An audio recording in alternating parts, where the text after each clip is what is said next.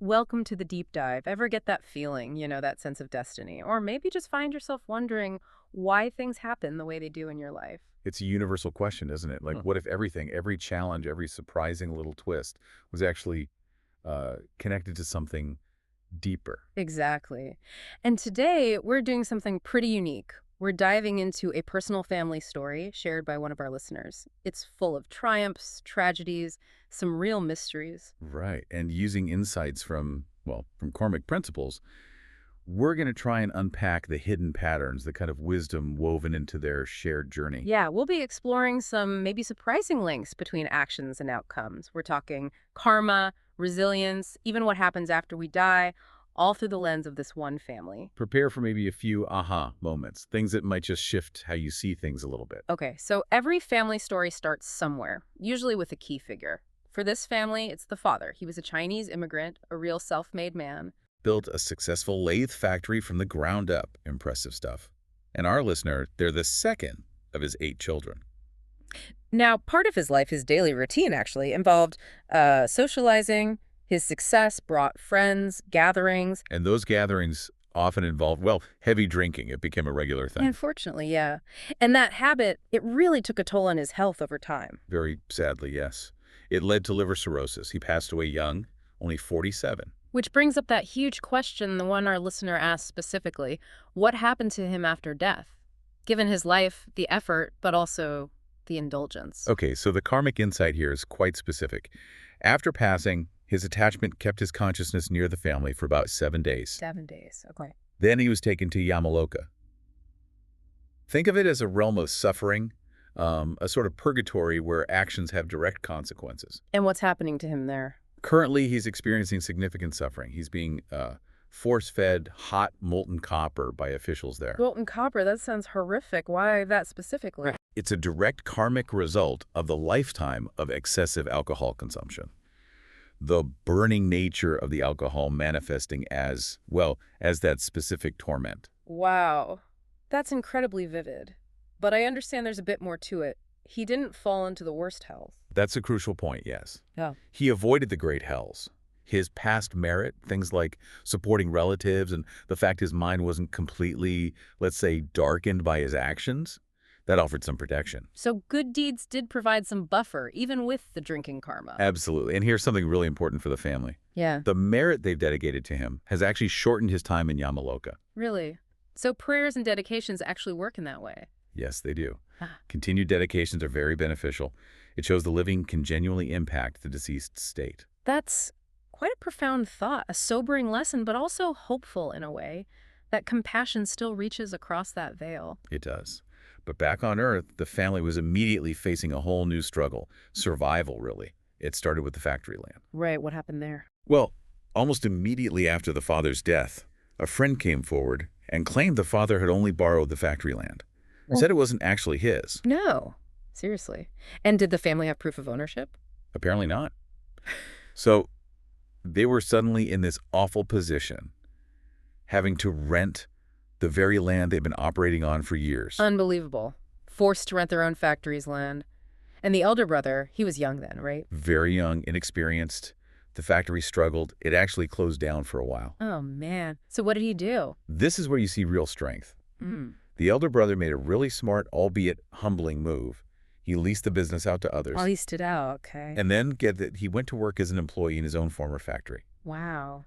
To learn the ropes from the inside. Exactly. To gain that hands-on experience he lacked. It was incredibly humble, but strategic. That takes serious character. Did it work? It absolutely did.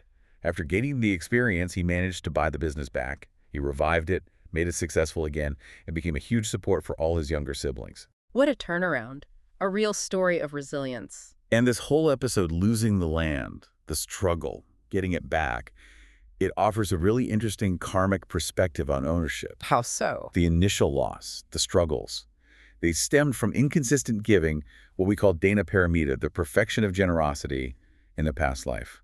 When their collective merit dipped, they couldn't hold on to the property. So owning property isn't just legal, it's tied to merit. In this view, yes. It's contingent on accumulated merit. The fact they could buy it back later That was due to renewed merit, their good deeds bearing fruit again. That really changes how you think about possessions, doesn't it? That ownership is sort of conditional on your spiritual bank account in a way. It's a powerful concept. Property is temporary, dependent on merit. True wealth is something else entirely. Okay, so from the elder brother's resilience, let's shift to the younger brother. He sounds like quite the enigma. Successful, but skeptic. Yeah, the younger brother was described as really vibrant, healthy, hardworking, expanded the business internationally, known for being generous, making merit, avoiding vices. Seemed like he had it all figured out. But he didn't actually believe in heaven or hell, despite making merit. That's the curious part. He kind of had this just-in-case attitude. He'd participate in the good deeds, but openly dismiss belief in an afterlife. He even famously said something like, "Young people like us don't die easily." Oh dear. Famous last words, almost. Because his story takes a sharp turn, doesn't it? It really does. Despite his health, his confidence, his end was sudden, completely unexpected. He passed away peacefully in his sleep. Heart failure. Only 37. 37. After Oh. saying that, wow, just gone. After a casual drink with a neighbor, no goodbye. Exactly. And karmically, there's a reason for that short life. It traces back to a past existence. Okay, what was it? He used to host these big, lavish parties, and as part of that, he regularly ordered the slaughter of large animals, cattle, buffalo, that sort of thing, for the feasts. Just for party food. Yes. And that specific karma, taking the life of large animals, is considered particularly potent. It often affects vital organs in a future life. In his case, the heart. So, providing food for a party, if it involves that kind of killing, can have consequences like heart failure lifetimes later. That's the karmic understanding, yes. It's Oh. quite specific. And what about his state after death? Did his skepticism change once he, crossed over? Well, he became what's called a Bhumadeva, an earth deity. Still attached to his home, his family, appears much like he did in life. An earth deity. Okay. And his beliefs. Heaven, hell. He's described as neutral still, because he hasn't personally experienced heaven or hell realms. But interestingly, he feels comfort from the merit his family dedicates to him. So he feels something from the merit even without fully grasping the system. Yes, and he feels like he's sort of guarding his family now. That's poignant. Does he have any message for them, for us? Not a specific one, mainly because he never really grasped the idea of impermanence while alive.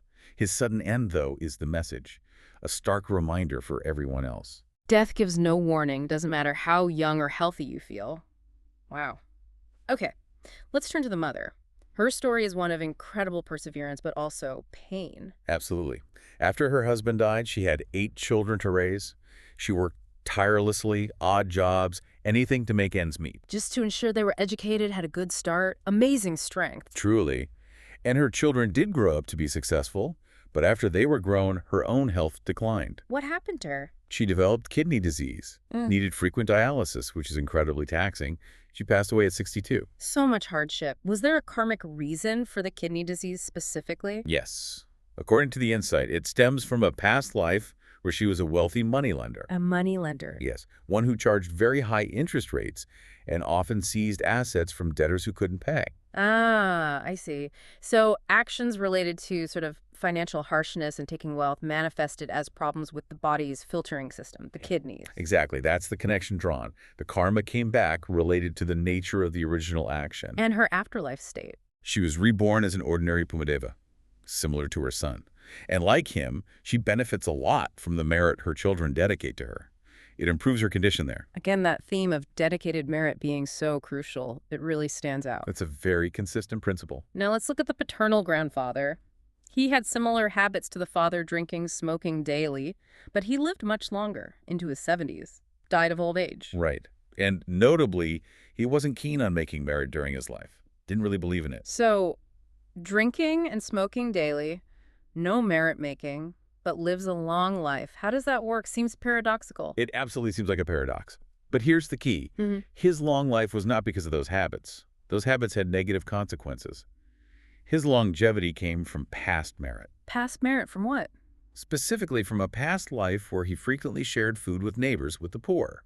The act of giving food is strongly linked to granting 5 things: life, beauty, happiness, strength, and wisdom. Giving food grants life. Interesting. So that past generosity counteracted the effects of his current life habits, at least regarding lifespan. It provided the karmic fuel for a long lifespan in this existence, yes. Yeah. It essentially overrode the immediate physical impact for that specific outcome, length of life. Okay, but what about his afterlife? If he lived long, but had those habits and disbelief. There's the contrast. And it's incredibly stark. Despite the long life, immediately upon death, he went to the fifth great hell, Mahanara. The fifth grade hell, why? Direct result of the lifetime of drinking, smoking, and crucially, his strong disbelief in karma and the afterlife. Those negative actions and views created the cause for rebirth in that specific hell realm. So what's happening to him there? He's being force-fed hot black acid by the hell wardens. But here's the truly chilling part. He's described as being completely devoid of awareness or thought, just pure uncomprehending suffering. No awareness. He doesn't even know why he's there. None. His consciousness is totally overwhelmed by the torment, a state beyond conscious thought. Goodness. That's a terrifying image. Long life on Earth than that. It really underscores the complexity, doesn't it? Yes. How different karmas ripen at different times. Precisely. It's not always a simple tit-for-tat in one lifetime. Okay, let's bring this closer to our listener now. They shared their own experiences too, including a serious illness and some close calls. Yes, the narrator themselves had a major health crisis at 53. A severe stomach hemorrhage, vomiting blood, nearly died. Turned out to be a ruptured major blood vessel in the stomach. Sounds incredibly scary. And the karmic cause for that. This was linked directly to past life karma of killing animals to make appetizers.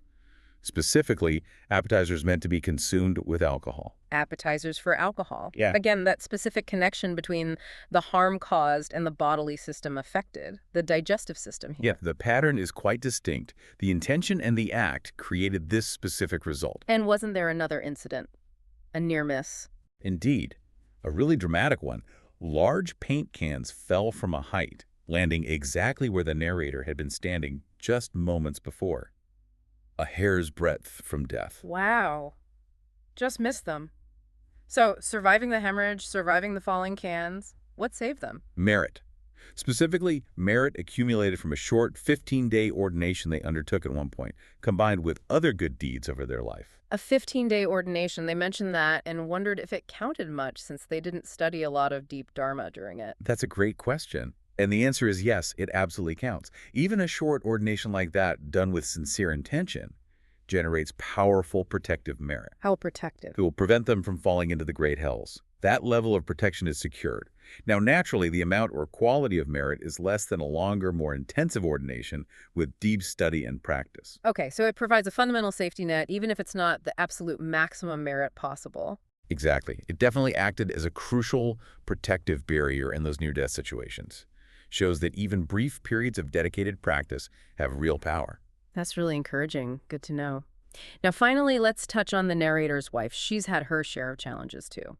Yes, the narrator mentioned his wife suffers from frequent headaches and generally feels, well, not robust, kind of weak health-wise. And the karmic insight on that. This is attributed to past life karma of killing small animals. Things like ants, mosquitoes. Killing many small beings frequently is said to manifest as these kinds of persistent, nagging, but maybe not catastrophic health issues. Like a constant low-level physical discomfort. Okay, and they also faced real heartbreak regarding children, didn't they? Yes, very sadly. Yeah. She experienced 3 miscarriages, each around 3-4 months into the pregnancy. As a result, they don't have children. Oh, that's incredibly painful. Is there a karmic explanation for the repeated miscarriages? There is. It's linked to actions in a past life within an agricultural setting. In that life, she apparently regularly caught and killed fish for food, and often these fish were pregnant. Killing pregnant fish, leading to losing her own pregnancies. That's the direct karmic link identified. Taking the life of unborn creatures resulted in experiencing the loss of her own unborn children. Again, that principle of causing like. It's so specific. Really makes you think about everyday actions. They also mentioned marrying quite late, 40 and 35, after knowing each other for 20 years. Was that karmic? Interestingly, no. That wasn't attributed to any specific negative karma or obstacle. It was more a matter of their personal timing, feeling ready economically, work-wise, mentally. So just life choices. Not everything is a past life consequence. Exactly. Sometimes it's simply people making decisions based on their current circumstances and feelings. Not every delay or event has some heavy karmic root. That's actually quite reassuring to hear. Okay, so we've looked at all these individual threads. Are there connections between them, like shared pasts? Yes, there are. A really nice insight came through. The narrator, his wife, and his sister were connected in a past life. They were all provision providers, Provision providers, what does that mean? essentially supporters of their community or group back then. They worked together, helped sustain the group. That shared history of positive connection and support is why they've come together again in this life. That explains that feeling of deep connection people often have with family. So, given this whole complex tapestry, what's the advice moving forward? For them, or really for any of us listening? The core advice is pretty straightforward. Hmm. Keep cultivating merit fully. In all areas, generosity, ethical conduct, mental development, meditation, do all the good you can. And is there a specific aspiration they should hold? Yes, it was suggested they dedicate their merits with the aspiration to be reborn in what's called the Dusuburi, Special Merit Circle, realm of bodhisattvas. It's aiming high, essentially, aspiring to a realm focused on spiritual growth and helping others. Aiming high. Okay, wow, what a journey we've taken through this one family story. It's really incredible when you lay it all out. Isn't it? From the father's suffering being lessened by merit, the elder brother's incredible comeback, the younger brother's sudden end tied to past actions. Right, the mother's strength and her illness linked to money lending, the grandfather's long life from giving food, but terrible afterlife from vices. It's so intricate. And the narrator's own close calls averted by ordination merit, the wife's health and losses linked to specific past karma. It really paints a picture. The biggest takeaway for me is just how interconnected everything seems. Things you'd never think were related, all woven together by these threads of karma. Life really is this constant dance between past causes and present effects. And our present actions are always planting seeds for the future. Constantly, every moment. So for everyone listening, maybe the question to reflect on is, what seeds are you sowing? If small things like sharing food can grant long life, or hosting parties can lead eventually to something like heart failure, what are the hidden consequences of our own habits, our own choices? It really prompts a deeper look at our intentions, doesn't it? And our actions. Okay. This family story, it's a powerful case study, a reminder for all of us about impermanence. And the importance of making merit, cultivating goodness, because as that younger brother's story showed so starkly, death really gives no warning signs. Indeed, a crucial lesson. Thank you for walking us through that. Until next time, keep diving deep.